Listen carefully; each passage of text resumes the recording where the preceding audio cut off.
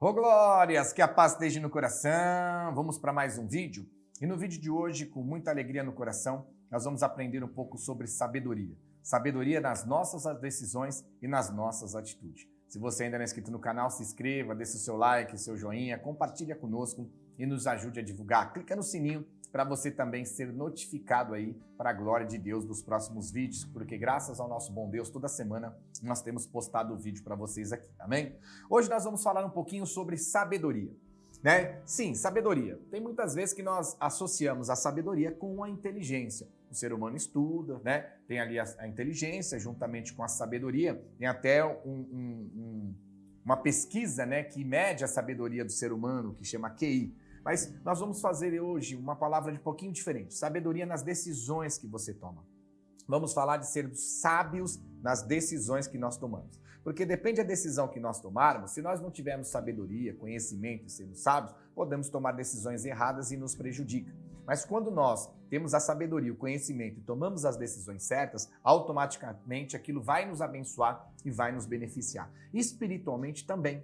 Por quê? Porque se você quer ser um homem ou uma mulher sábio para colher fruto diante de Deus e alcançar a salvação, tome essa decisão, obedeça a palavra de Cristo. Ouça, pratica, obedeça a palavra de Deus através de Cristo. Porque estar na igreja, ouvir a palavra e não praticar é uma decisão errada. É uma atitude sem sabedoria e sem conhecimento. Agora, estar na igreja verdadeira de Cristo e ouvir as palavras que Deus ministra através de Jesus Cristo para nós e aceitar, viver e praticar é a decisão mais certa, mais sábia que eu, você, qualquer ser humano pode tomar em suas vidas. Por quê? A obediência e a aceitação e a obediência da palavra de Deus através de Cristo para nós como igreja nos dias de hoje vai gerar frutos espirituais. E esses frutos somos nós mesmos que vamos colher. Agora, a desobediência não vai gerar fruto e espiritualmente vai nos prejudicar a ponto de muitos caírem da fé, como nós vemos nos dias de hoje. A quantidade de pessoas que já foram para a igreja e se desviaram e hoje voltaram para o mundo é alarmante, é assustadora. Essa estatística nos assusta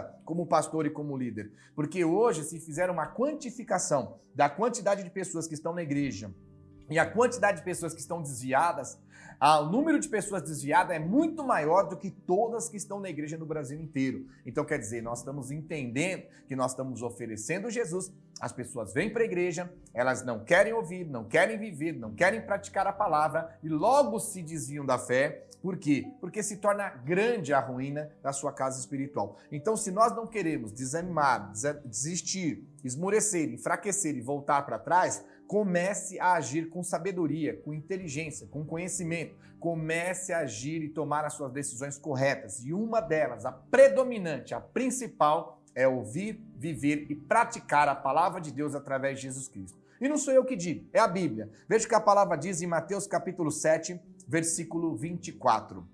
Todo aquele, pois, que ouve as minhas palavras e as pratica, veja que ele frisa, né? Ouve as minhas palavras e as pratica. Não é só ouvir, é ouvir e praticar, viver a palavra.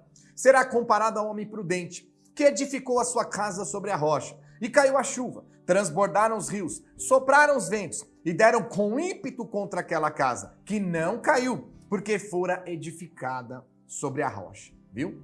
Esse é um ponto predominante. Ouvir, viver e praticar a palavra. A gente vai construir a nossa casa no alicerce que é Cristo, a rocha. Vai vir um vento, a tempestade, transbordar os rios. Quer dizer, vem Satanás, vem os seus demônios, vem as feitiçarias, vem as macumbas, vem os levantes, vem as contendas, vem as barreiras, vem os tropeços, vem os buracos, os percalços que Satanás põe no nosso caminho, tentando nos derrubar. Ele até investe contra a nossa vida, mas nós não caímos da fé. Não nos afastamos de Cristo. Por quê? Porque nós estamos construindo a nossa casa espiritual na rocha.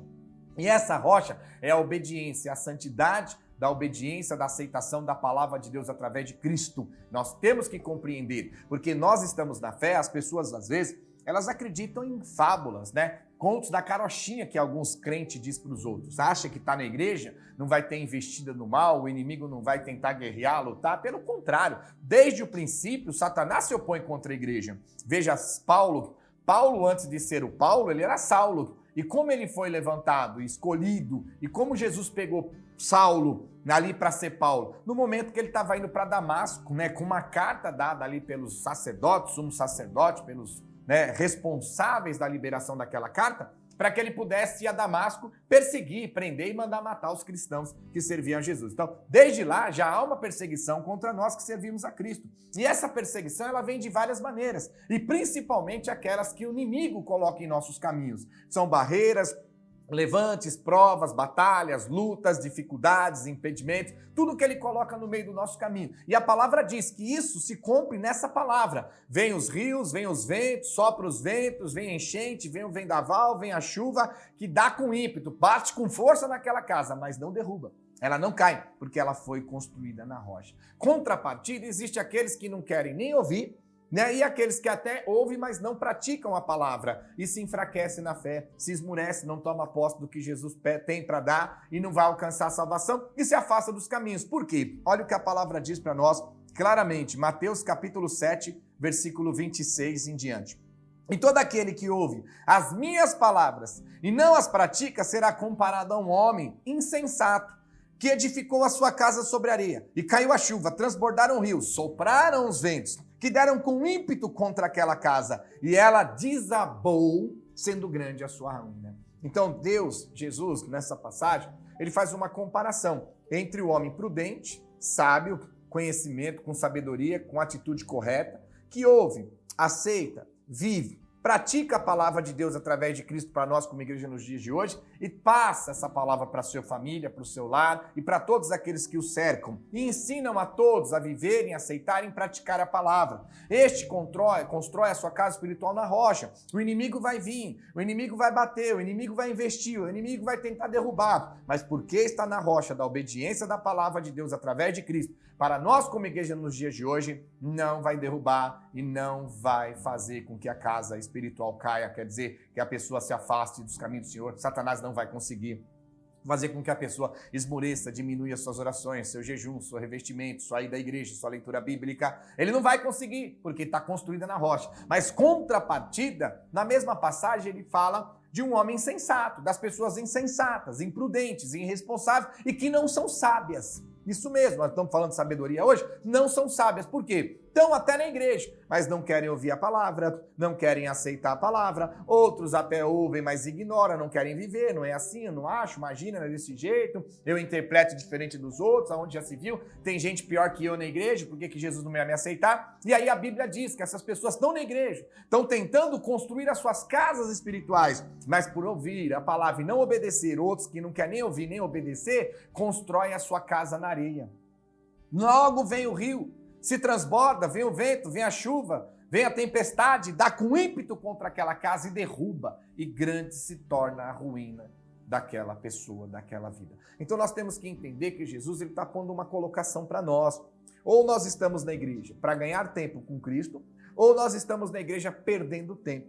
E hoje nós vemos que, infelizmente, uma maioria esmagadora está na igreja perdendo tempo, porque elas não estão ali para ouvir a palavra de Deus através de Cristo, vivê-la e praticá-la para que construam sua casa na rocha. Elas estão ali atrás de carro, casa, dinheiro, riqueza e não vivem a palavra de Deus através de Cristo. Eles querem viver a palavra de Deus através de Moisés, a lei e os profetas. Moisés teve a sua glória diante de Deus e o seu chamado e cumpriu a sua missão. Só que Moisés não foi o que morreu naquela cruz para nos dar a salvação. Quem morreu foi Cristo. E nós estamos sendo induzidos pelos falsos profetas a nos afastar do evangelho de Cristo, que faz com que a nossa casa seja construída sobre a rocha, que o inimigo não derrube, que nós tomamos posse da bênção, da vitória, da cura e do milagre que Jesus tem para nós aqui nessa terra, e no dia do juízo final a gente alcance a nossa salvação, a vida eterna. Então hoje, esse é um vídeo para você refletir, para você entender e compreender que nós podemos estar na igreja ganhando tempo com Cristo ou estar na igreja em vão, perdendo tempo com Cristo. E não é o que digo. Mateus 15, 7. O que a palavra diz? Bem profetizou Isaías a vosso respeito, dizendo: esse povo honra-me com os lábios, mas o seu coração está longe de mim, e em vão me adoram. Deu para entender? As pessoas estão honrando Jesus com os lábios, mas o coração não está em Cristo. O coração não está na palavra, na santidade, na obediência, no amor ao próximo, na união de ajudarmos uns aos outros, de fortalecer a fé, propagar o evangelho de Cristo. O coração do povo não está em Cristo, o coração do povo está no ouro, na prata, na riqueza deste mundo, que está na mão do maligno, na mão de Satanás. E Jesus diz que com essa atitude, em vão, nós adoramos a Cristo. Em vão, quer dizer, perdemos tempo, não vale de nada. Agora existe a maneira correta de nós adorarmos a Cristo, obedecermos e aceitarmos a sua palavra e ganharmos tempo e fazer valer cada minuto que estamos na presença de Jesus. Agora, a palavra está sendo pregada. Ela não é uma obrigatoriedade aceitar ou não, pôr goela abaixo. Muito pelo contrário, eu tenho que pregar o evangelho. Agora, a decisão de escolher qual lado você vai ficar, continuar não ouvindo, não aceitando, ignorando, deixando passar despercebido, retrucando, guerreando contra a verdade de Deus através de Cristo, ou aceitar esta palavra e colher os frutos que Jesus tem para você e para sua família aqui neste mundo. E o maior fruto que ele tem para nós é o reino do Pai, é o reino de Deus. Deus abençoe e até o próximo vídeo.